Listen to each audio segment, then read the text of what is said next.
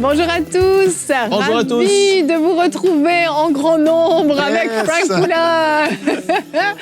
Bon, ben on va se saluer alors. Salut Evelyne Lebeau. Bonjour Frank Poulin, ça va bien? Animatrice de Bonjour chez vous, ça va toi? Ça va très bien. Bonjour les caddies. Oui, Evelyne, Les caddies on est en sont force. là. On est deux là aujourd'hui. Hein. Vous êtes mignons tous les deux l'un à côté de l'autre, je suis contente. Evelyne, est-ce qu'on Alléluia. peut les accueillir en tapant des mains comme Stéphane? Comme Stéphane. Il me connaît trop bien, Frank. Hein. Il sait que je suis content. Hein. Quand il est excité, content. Tu es content, voilà. Les paumes collées et les doigts s'entrechoquent. Excellent. Christian est habitué au petit tapement de main de Stéphane. Je pense que Christian est habitué à tout. Il n'a plus le choix maintenant. C'est sûr. Bon, je vous présente quand même Pasteur Christian, Pasteur Stéphane Caddy, pasteur de l'église de la Riviera à Yes. Beau-Soleil, aumônier de prison depuis de nombreuses années, mais aussi ancien pasteur pendant bien longtemps. Deux hommes de Dieu de grand calibre, un troisième à ma gauche. Vraiment, c'est Petit ici, là. belle émission, là. Petit.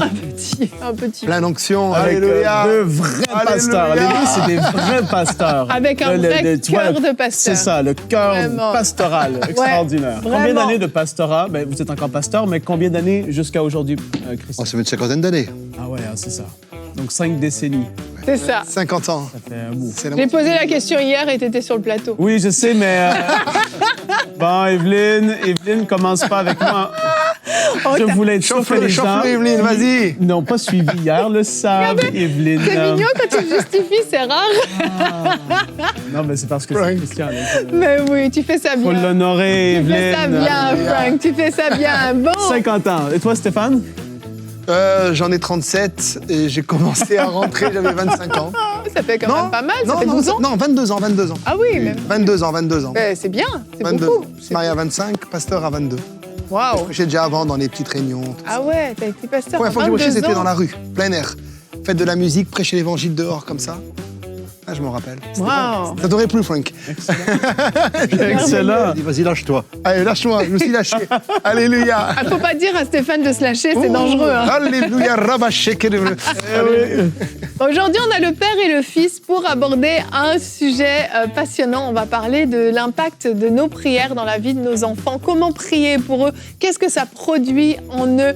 Et on va voir qu'il y a prier pour nos enfants et prier pour nos enfants. Vous allez voir qu'il y a différents niveaux de prière qu'on peut avoir pour nos enfants, différents niveaux d'intercession, différents niveaux de déclaration. Et on va être ensemble toute cette émission. Vous avez plusieurs témoignages à nous partager aussi, de vécus plus anciens, mais de vécus très récents aussi. Oui. Vraiment. Et on a des témoignages qui arrivent au compte-gouttes, c'est merveilleux.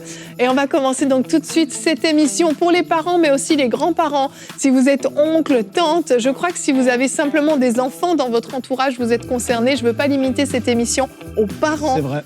Parce qu'on a tous une grande responsabilité dans la vie des enfants qui nous entourent. Donc on commence avec toi, Frank, dans la pensée du jour.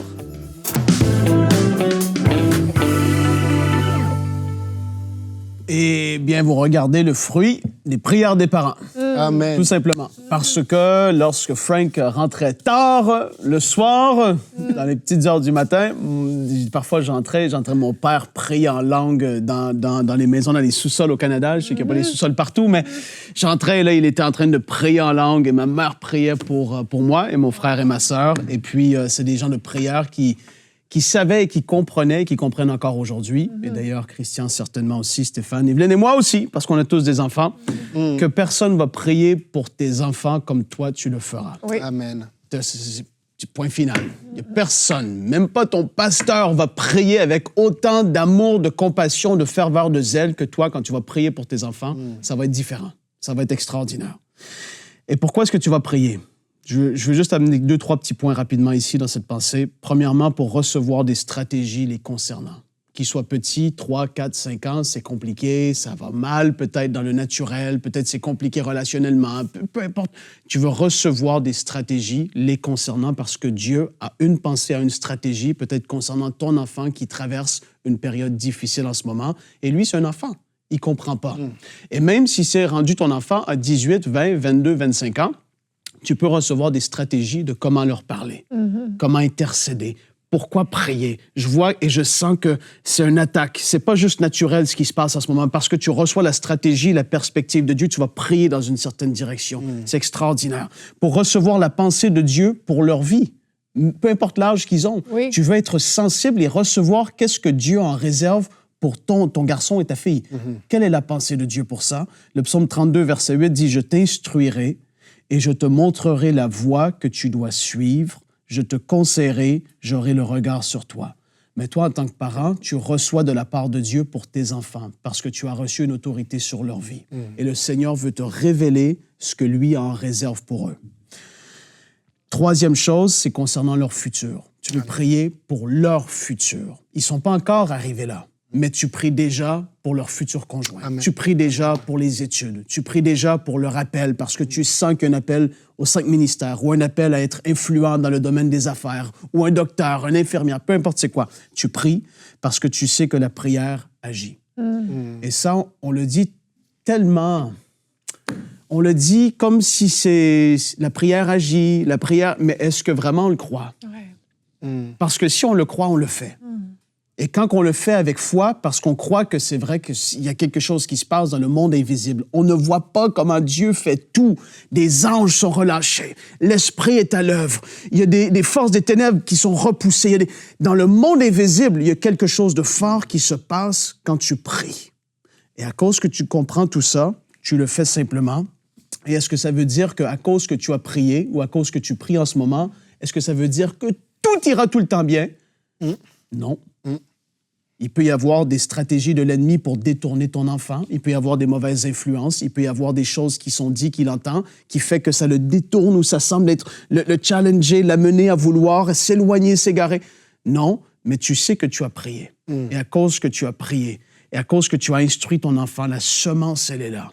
Amen. Et tôt ou tard, peu importe ce qu'il vit en ce moment, même s'il s'éloignait terriblement dans la drogue, dans les excès, oh, l'Esprit de Dieu est à l'œuvre. La parole de Dieu qui a été plantée en lui ou en elle. Oh, Jesus, merci Seigneur. Cette parole va venir et il peut même tomber sous une conviction alors qu'il dort. Oh, malébé, blosouté. Le Seigneur est à l'œuvre et il travaille son cœur de lui ou de elle là où est-ce qu'il se trouve. Et on veut se joindre à tes prières. Alléluia. Alors que cette émission est juste commencée, on prie, Père, pour la foi de mon frère et de ma sœur, qui est peut-être éprouvé maintenant parce qu'ils ne voient pas encore la réponse à leur prière.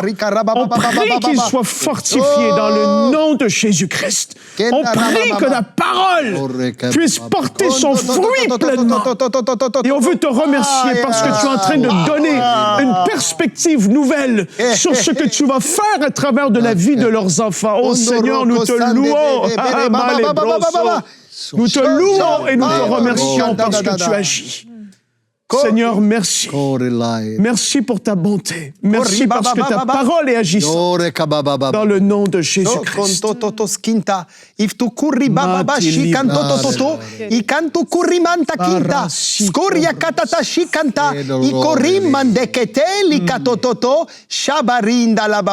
Le Seigneur voudrait parler. Il me donne 2 paroles. La première chose, c'est qu'il me montre qu'il est en train de toucher des yeux. Pour que les personnes puissent voir dans le monde invisible ce que le Seigneur va faire à travers leurs enfants. Beaucoup de yeux sont fermés, beaucoup sont comme aveugles. Et à travers cette émission, le Seigneur dit, c'est comme des écailles qui vont tomber des yeux. Et vous allez voir dans les temps à venir, dit le Seigneur, ce que je vais faire avec vos enfants. Vous me les avez amenés et apportés, dit le Seigneur. Alors maintenant, je vais travailler avec eux. Mais laissez-moi travailler. J'ouvre vos yeux, dit le Seigneur. Afin qu'après cette émission, vous ne voyez plus jamais les choses comme vous les voyez actuellement. Je suis le Seigneur qui vous touche maintenant. Je suis le Seigneur qui vous libère. Et le Seigneur va également comme te montrer alors que tu penses que ton enfant est perdu dans l'échec. Tu penses qu'il n'y a rien à faire. Tu vas te montrer les choses comme lui les voit maintenant. Ça va être différent. Tu vas voir l'exaucement. Tu vas voir la puissance de Dieu le visiter. Tu vas voir ton enfant sortir de sa situation parce que le Seigneur te visite maintenant. Il y a une maman qui est là, qui nous regarde également et tu as ton enfant et tu penses que cet enfant est un échec et tu n'aurais jamais dû l'avoir. Tu vois, tu te dis, j'aurais dû avorter. j'aurais pas dû garder cet enfant. Cet enfant, il n'est pas pour ma maison, il n'est pas pour moi. Mais le Seigneur aime cet enfant, le Seigneur veut le toucher, le Seigneur veut le visiter. C'est une fille que tu as eue, et tu regrettes cette fille, mais le Seigneur a un plan pour elle. Et pendant cette émission, l'amour de Dieu va te toucher pour ta fille, et tu vas l'aimer avec des entrailles de compassion comme Jésus l'aime, comme Jésus l'aime. Le Seigneur ouvre tes yeux, ma sœur, alléluia. Ta fille est une bénédiction, alléluia.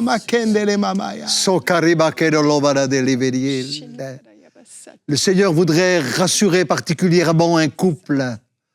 Tu as un fils, et ça fait déjà des mois et des mois qu'il a quitté la maison et tu n'as plus aucune nouvelle. Tu te demandes où il est, ce qu'il fait. Tu penses même qu'il est décédé. Mais le Seigneur te rassure ce matin. Il te rassure et il te dit « Ne crains rien. Mon œil est sur lui. Ta prière a été entendue. Et dans quelque temps, tu auras à nouveau de ses nouvelles. Alléluia. Parce qu'il vit. Merci. Parce qu'il vit. Alléluia. Parce qu'il vit. Ta prière a été entendue, te dit le Seigneur. Carrément.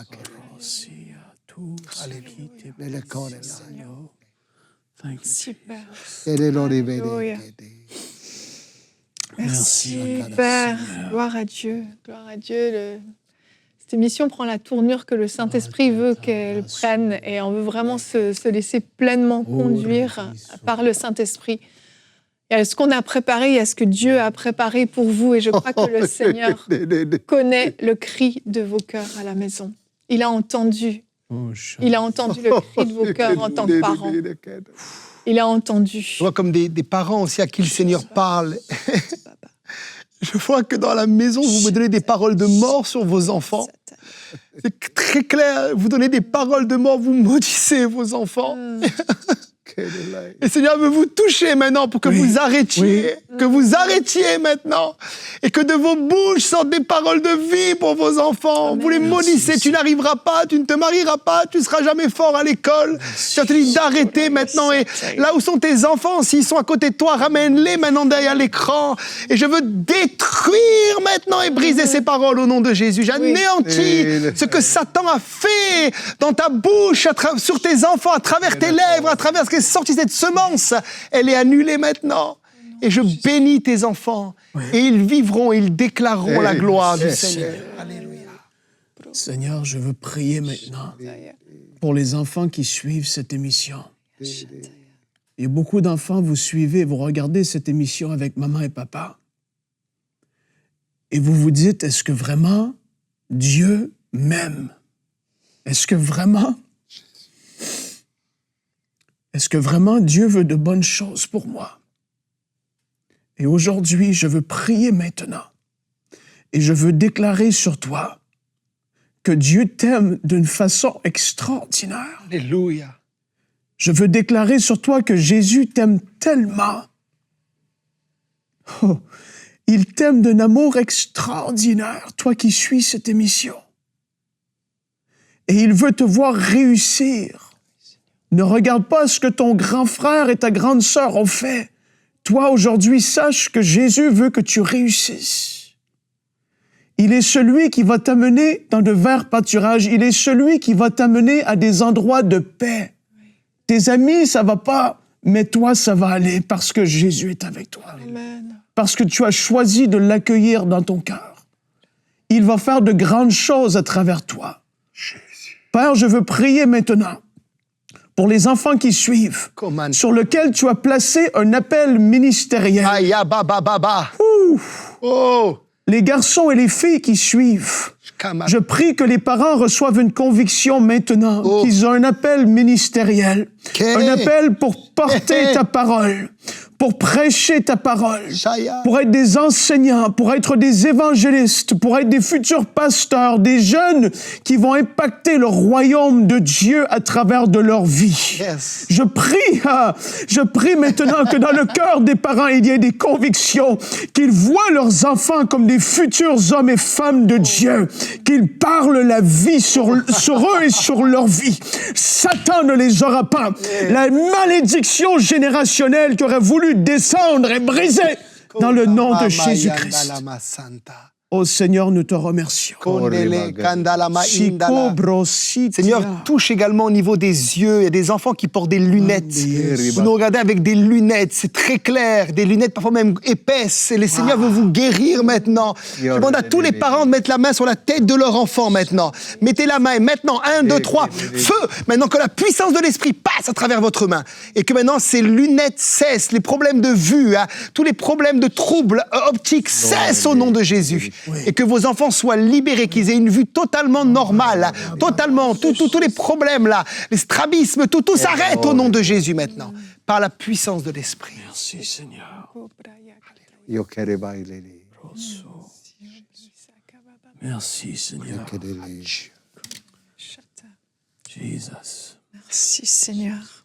Alléluia. Jésus aime les petits-enfants. Amen. Amen. Amen. Et vous voyez, au lieu de vous dire comment prier pour vos enfants, on vous le montre. C'est avec ce cœur-là qu'on prie pour nos enfants. C'est pas une prière routinière, des mots qu'on répète sans arrêt, presque du par cœur. C'est avec les entrailles.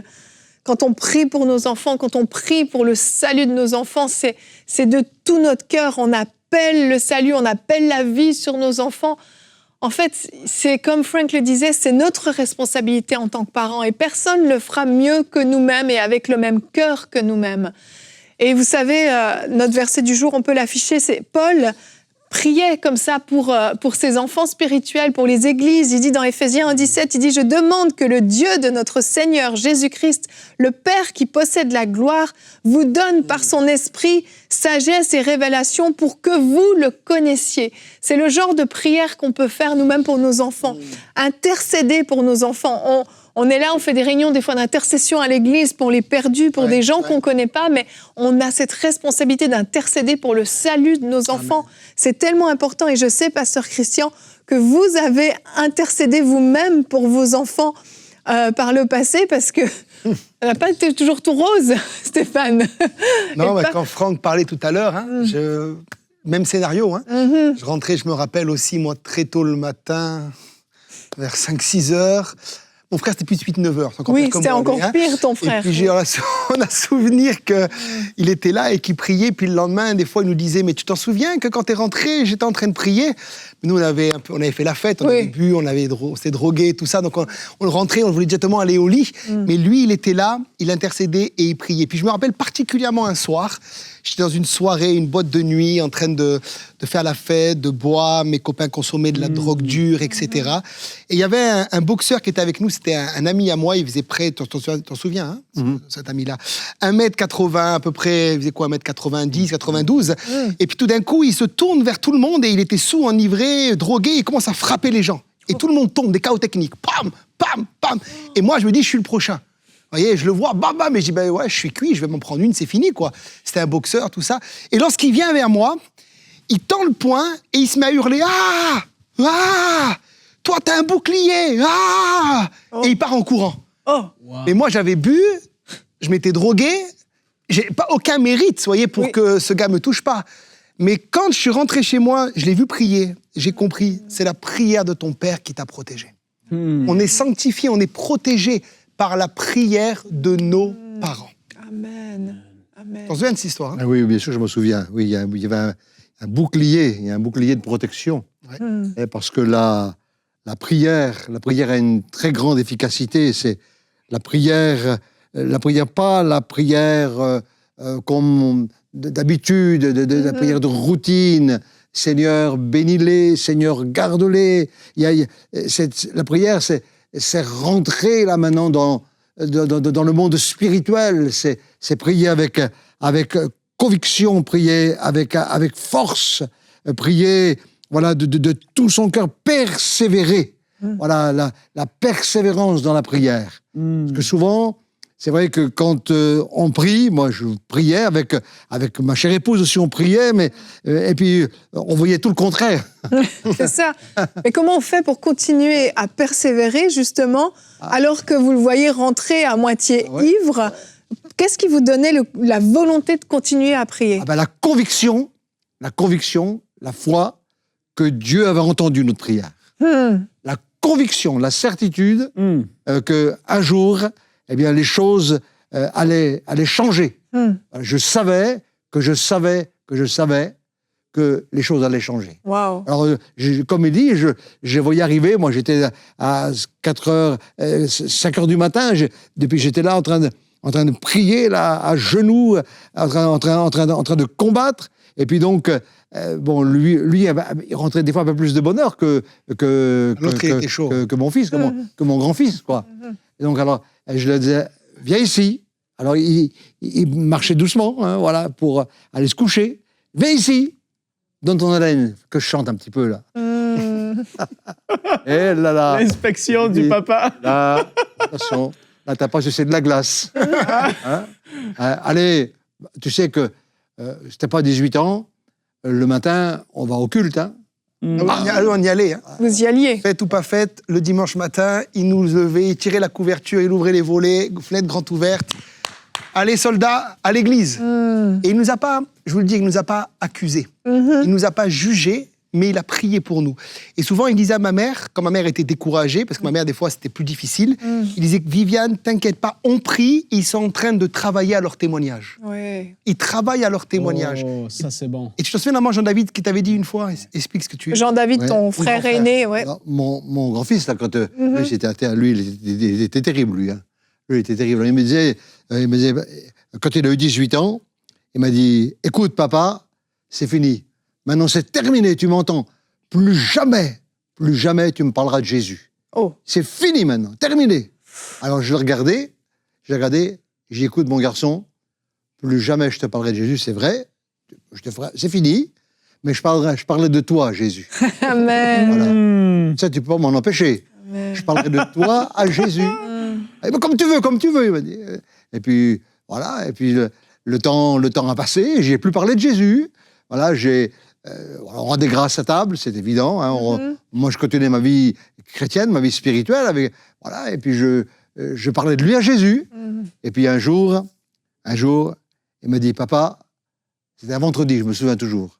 Un vendredi, il m'a dit, papa, je voudrais te parler seul à seul. Oh là là, j'ai dit, qu'est-ce qu'il a encore fait, seul à seul, oh là là, où ça va aller. Et puis il m'a dit, écoute papa, la vie que je mène, elle me dégoûte, je voudrais devenir comme toi. Oh. Wow. Alors, je dis, écoute, oui, viens, hein, c'était le vendredi, je dis, dimanche, il y a le culte, hein, voilà, tu viens. Et il est venu, voilà, et puis c'était cuit, ça y est, c'était bon. Comme ça. Voilà. Maintenant, il est aumônier de prison. Hein. Comme son Prêche papa. l'évangile. Ouais. Prêche l'évangile. Vraiment. Son témoignage, il l'a raconté dans une rubrique C'est mon histoire, si vous voulez écouter le témoignage de Jean-David, parce que c'est ancien hooligan, on passe beaucoup de détails là, mais il y a énormément de choses. Mais on voit la puissance d'un père, d'une mère qui se lève et qui a la foi, qui lâche pas. Et même dans les défis du quotidien, Stéphane, pas plus tard que la semaine dernière, il s'est passé quelque chose. Il est tout récent, là. Il est tout récent. Quand je suis arrivé au Canada, donc le dimanche, on a fait le culte à l'église Plénitude. On a eu un bon moment, on prie pour les malades, on chasse les démons, la présence de Dieu descend, c'est super. Et puis là, on rentre dans la voiture, on va pour se reposer. Et j'appelle mon épouse et elle me dit, c'est une catastrophe. Mathéo, mon fils de 4 ans, il est insupportable de manière très spéciale aujourd'hui. Il a failli crever l'œil d'un enfant. Enfin, j'ai des trucs. Quelle horreur. À l'école du dimanche, il a renversé la bibliothèque. Mais elle me dit, mais c'est pas normal. Il est coquin. Les chiens font pas des chats. Il est coquin. Mais là, c'est plus que coquin. C'est pas normal. Et ma femme pleure.